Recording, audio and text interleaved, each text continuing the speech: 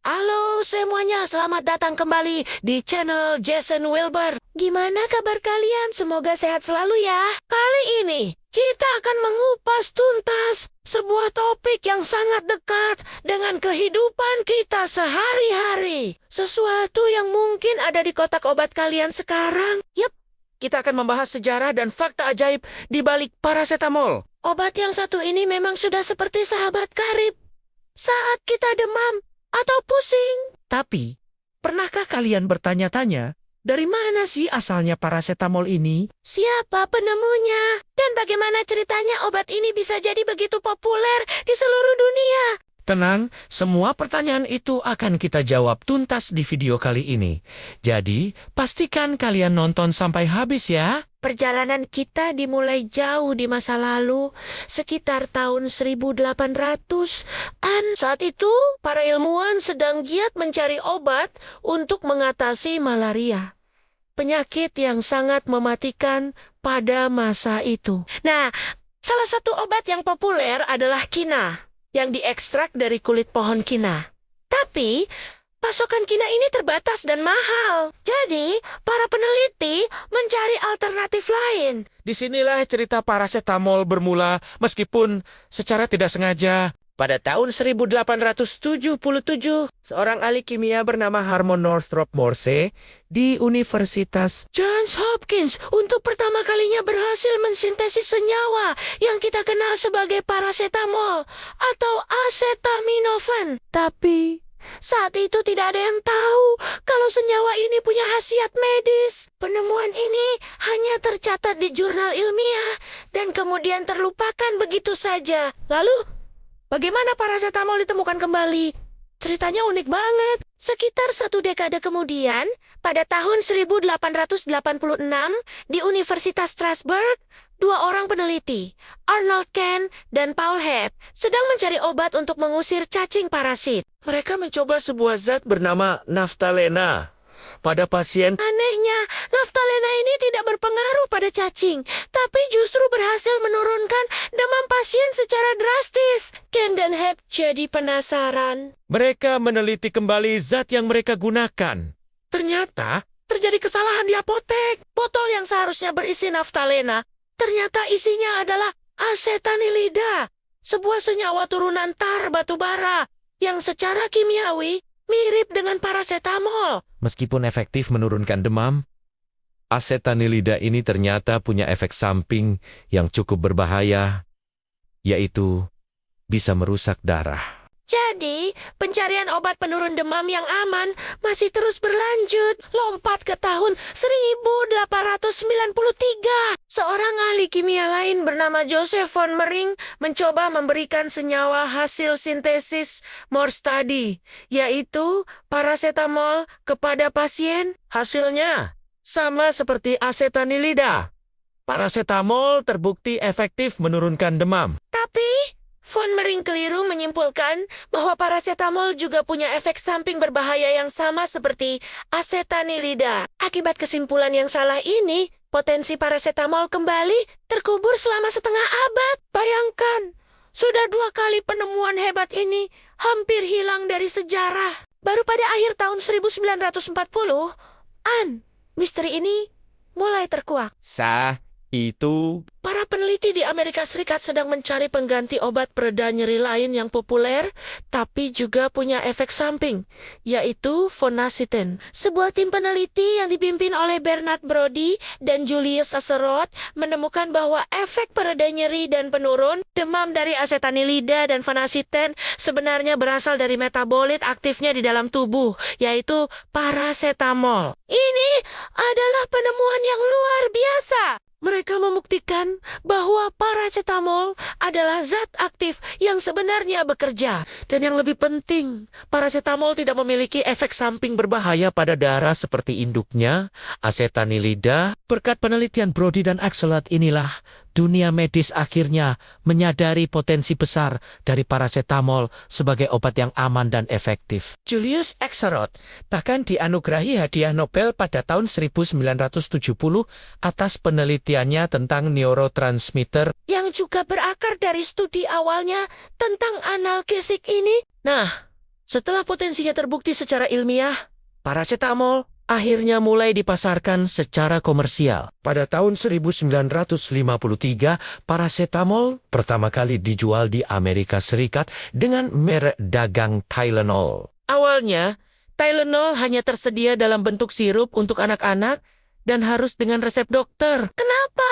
Karena saat itu, aspirin masih menjadi raja obat pereda nyeri. Dan Tylenol diposisikan sebagai alternatif yang lebih aman untuk anak-anak yang tidak bisa mentolerir aspirin. Beberapa tahun kemudian, pada tahun 1956, paracetamol juga diluncurkan di Inggris dengan nama merek Panadol. Berbeda dengan di Amerika, Panadol langsung dijual bebas tanpa resep. Strategi ini terbukti sangat sukses dan membuat paracetamol dengan cepat menjadi obat yang sangat populer di kalangan masyarakat luas. Popularitasnya semakin meroket ketika studi-studi mulai menunjukkan hubungan antara penggunaan aspirin pada anak-anak dengan sindrom Reye, sebuah kondisi langka namun serius. Sejak saat itu, paracetamol menjadi pilihan utama sebagai penurun demam untuk anak-anak di seluruh dunia. Sekarang, mari kita bahas cara kerja paracetamol yang ajaib ini.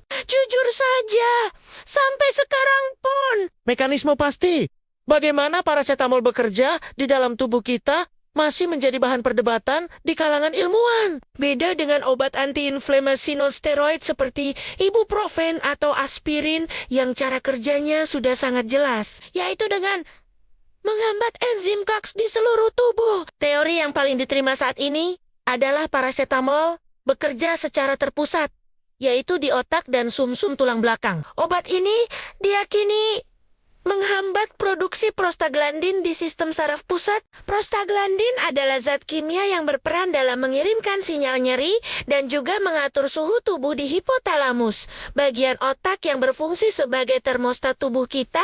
Dengan menghambat prostaglandin di otak, paracetamol mampu meredakan persepsi nyeri dan menurunkan suhu tubuh saat demam. Inilah mengapa paracetamol sangat efektif untuk sakit kepala, sakit gigi, dan demam, tapi kurang efektif untuk nyeri akibat peradangan seperti radang sendi. Karena efek anti-inflamasinya sangat lemah. Jadi, dia bukan memadamkan api peradangannya langsung di sumbernya, tapi lebih ke mematikan alarm nyeri dan demam di pusat kendali, yaitu otak kita.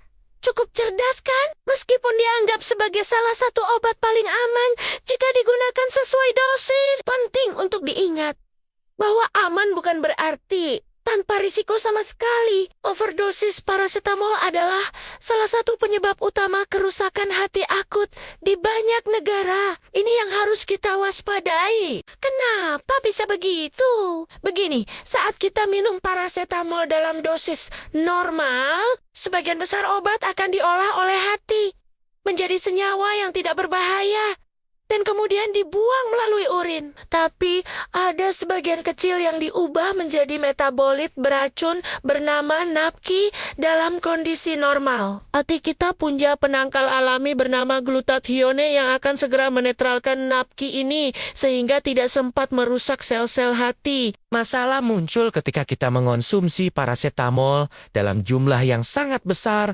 atau melebihi dosis anjuran. Produksi NAPQI menjadi berlebihan, sementara cadangan glutathione di hati kita habis. Akibatnya, NAPQI yang tidak ternetralkan ini akan menyerang dan merusak sel-sel hati, menyebabkan kondisi yang disebut nekrosis hati. Kerusakan ini bisa sangat parah, bahkan bisa berujung pada gagal hati yang fatal jika tidak segera ditangani. Jadi, kuncinya adalah dosis. Selalu, dan saya ulangi, selalu ikuti petunjuk dosis yang tertera pada kemasan atau yang dianjurkan oleh dokter atau apoteker. Untuk orang dewasa, dosis maksimum umumnya adalah 4.000 mg atau 4 gram per 24 jam. Jangan pernah berpikir kalau satu tablet kurang efek. Minum 3 atau 4 tablet sekaligus biar cepat sembuh. Itu pemikiran yang sangat berbahaya. Selain itu, hati-hati juga dengan overdosis yang tidak disengaja. Ini sering terjadi ketika seseorang minum beberapa jenis obat sekaligus tanpa sadar kalau semuanya mengandung paracetamol. Misalnya, minum obat paracetamol tablet untuk demam, lalu minum obat flu batuk, yang ternyata juga ada kandungan parasetamolnya. Akibatnya, total dosis yang masuk ke tubuh bisa melebihi batas aman. Jadi, biasakan untuk selalu membaca komposisi bahan aktif pada setiap obat yang kalian konsumsi. Ya. Nah, di balik statusnya sebagai obat generik yang murah meriah, parasetamol sebenarnya menyimpan banyak fakta menarik lainnya. Misalnya, nama parasetamol itu sendiri adalah singkatan dari nama kimianya, paraacetaminophenol. Di Amerika Serikat dan beberapa negara lain, obat ini lebih dikenal dengan nama generic acetaminophen. Keduanya adalah zat yang sama persis. Fakta menarik lainnya, parasetamol masuk dalam daftar obat esensial dari Organisasi Kesehatan Dunia (WHO). Ini artinya, parasetamol dianggap sebagai salah satu obat paling efektif, aman, dan paling dibutuhkan dalam sistem kesehatan dasar. Status ini menunjukkan betapa pentingnya peran parasetamol dalam kesehatan global. Parasetamol juga jadi bahan penelitian untuk potensi kegunaan lain. Loh, ada beberapa studi awal yang cukup unik. Misalnya, penelitian yang menunjukkan bahwa parasetamol mungkin bisa sedikit meredakan nyeri emosional, seperti rasa sakit karena penolakan sosial. Mekanismenya diduga karena jalur nyeri fisik dan nyeri emosional di otak kita tumpang tindih. Tapi ini masih penelitian awal ya, jadi jangan coba minum parasetamol setiap kali kalian patah hati. Oke teman-teman, itulah tadi perjalanan panjang dan cerita menakjubkan di balik sebutir tablet parasetamol. Dari penemuan yang tidak disengaja sempat terkubur selama puluhan tahun, hingga akhirnya menjadi salah satu obat paling fundamental di dunia. Kisah parasetamol mengajarkan kita bahwa terkadang penemuan terbesar datang dari tempat yang tidak terduga dan seringkali membutuhkan waktu, ketekunan, dan sedikit keberuntungan untuk mengungkap potensi sejatinya. Pesan terpenting dari video ini adalah, meskipun parasetamol sangat membantu, gunakanlah dengan bijak dan bertanggung jawab. Selalu ikuti dosis anjuran, baca label obat dengan teliti, dan jangan ragu untuk berkonsultasi dengan dokter atau apoteker jika kalian punya pertanyaan. Ingat, obat adalah alat untuk membantu kita sehat, tapi jika disalahgunakan, bisa menjadi bumerang yang berbahaya. Terima kasih banyak sudah menyimak sampai akhir. Semoga informasi ini bermanfaat dan menambah wawasan kalian ya. Kalau kalian suka dengan konten seperti ini, jangan lupa untuk tekan tombol like. Tinggalkan komentar di bawah tentang topik apa lagi yang ingin kalian bahas. Dan yang paling penting, subscribe channel Jason Wilbert dan nyalakan lonceng notifikasinya supaya kalian nggak ketinggalan video-video menarik berikutnya.